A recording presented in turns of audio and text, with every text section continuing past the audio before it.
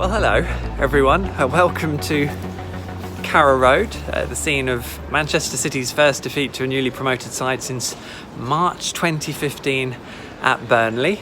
Norwich have won here 3-2, and I say that only really half believing it. I had a strange moment of deja vu through the second half, which kind of settled my nerves. Quite a surreal evening, really, and I think everyone who's taken it in will agree. Especially given I spent the sort of 2 to 3 hours before the game with the Along Come Norwich guys and thinking about what my piece of The Athletic was going to be at the end of the weekend, and spoke to a lot of people about it, and people were joking about the 9-0 defeat record Premier League defeat that Ipswich suffered at Manchester United, and of course the injury crisis, which I think in the end was basically 8 people absent today who could have been in the squad. 7 injuries, and Patrick Roberts, who is ineligible. Grant Hanley was also injured but was on the bench. I think most people have written it off, the size of the task against a team like Manchester City, all their money, all their ability, all their pedigree, all their past successes, the place they're in, their manager, just an unreal position.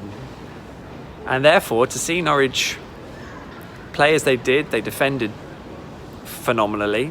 They took both of their really only chances in the first half to end up 2 goals ahead. They twice led by 2 goals, which I think was absolutely crucial, because it meant that at no point did Manchester City manage to get back level, which I think was really important. And I don't know, it's really hard to sum it up, because they were clinical in attack, and the third goal was clearly a Manchester City error in terms of Otamendi taking so long. But let's be clear, Norwich are pressing them at that point. Norwich had 2 players, Buendia, in fact 3 I think, because I think Stiepermann was pressing on as well.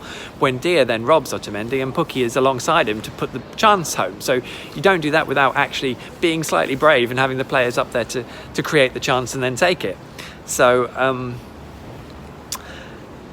just a remarkable set of circumstances. A wonderful header for the first goal with Kenny McLean, and a brilliant delivery from the corner from Emi Buendia, who was by far and away his best performance in a yellow shirt in the Premier League, most definitely, and as good as anything he's done probably in a yellow shirt, just because of the level. Just some of the ones I'm going to pick out. Sam Byram, outstanding at right back. Likewise, Ibrahim Amadou, who I have to say now, that's the 3rd time I've seen him play. I know that the Norwich guys at the club were excited about managing to get him into the club. I would agree now, and have felt that throughout the first 3 performances. He's rarely made a mistake and looked really resolute, and to have done what he's done today was phenomenal.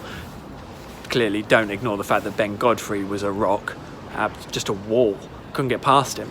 Jamal Lewis has looked a Premier League player since kickoff against Liverpool.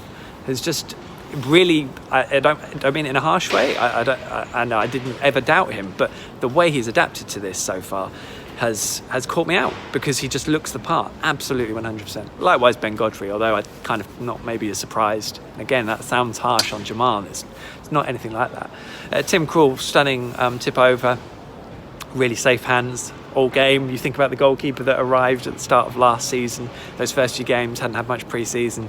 I'd say he's probably in as good a form as he's been in. It would be interesting to maybe get that from him at some point.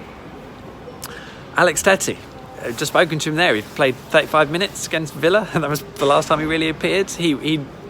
That's as good as he's played, I would say, because he just shielded so well. He used the ball so well. He's playing in a side that's usually quite dynamic. I feel like I should stop there, really, because everyone. Todd Cantwell's obviously scored, and he is looking the part. I mean, he's now stringing together a really good run of form, and he's growing in confidence, which is saying something, because he looked quite comfortable at the start of his run of games. Teemu Pukki just has the quality for the Premier League. I don't think anyone should bother doubting that. I think I felt that last season, if I'm brutally honest. There will be people I've missed out. But that's not because anyone didn't perform. Everyone performed. Everyone did their bit. You only get this sort of a win against a side like Manchester City if everyone does their bit. And it's really interesting how they did it by being compact, knowing what to do when they didn't have the ball, but then countering really well. And actually, in a lot of ways, that performance was similar to what Norwich did at Leeds. They sat in, they held their opponents at bay, and they really took advantage when they could, and they pressed when they could. They made sure they worked out when were the right moments, and wasn't by any means a perfect performance, because they very rarely are, but it was just at a good enough level. And let's be honest here, you only beat Manchester City if they're not. And clearly there were chances there that Sergio Aguero would normally take. Raheem Sterling seemed to have his head in his shirt for most of the first half and was really struggling, switched flanks at one point, we didn't really improve his outlook. And there were a couple of moments, Kevin De Bruyne came on in the second half and just changed the dynamic up slightly. But Norwich rode that out in the end, and actually it came as Man City got more and more desperate, which kind of did Norwich a favour too. So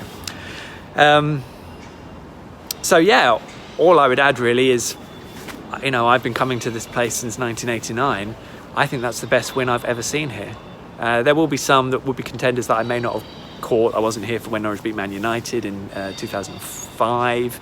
I wasn't here for the win over, or the draw over Bayern in the UEFA Cup.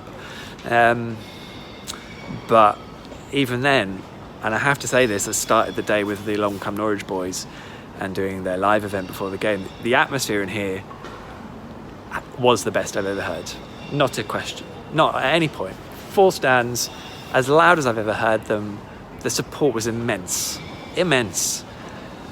It was just a really special night for any Norwich City fan to be inside Carrow Road, and I'm just trying to convey that to you, because these things don't come around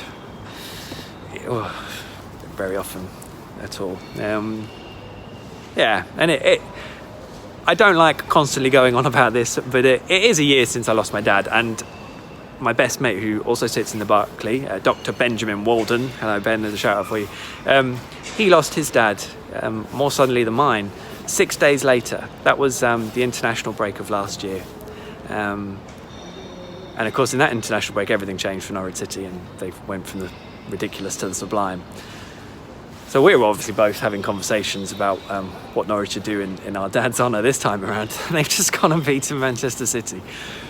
The story of football and all our emotional and personal tales will probably never cease to amaze us, whether it's a week on, a day on, a year on, or wherever.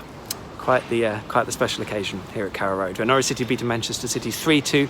Pep Guardiola officially knows what it's like to come to Norwich now.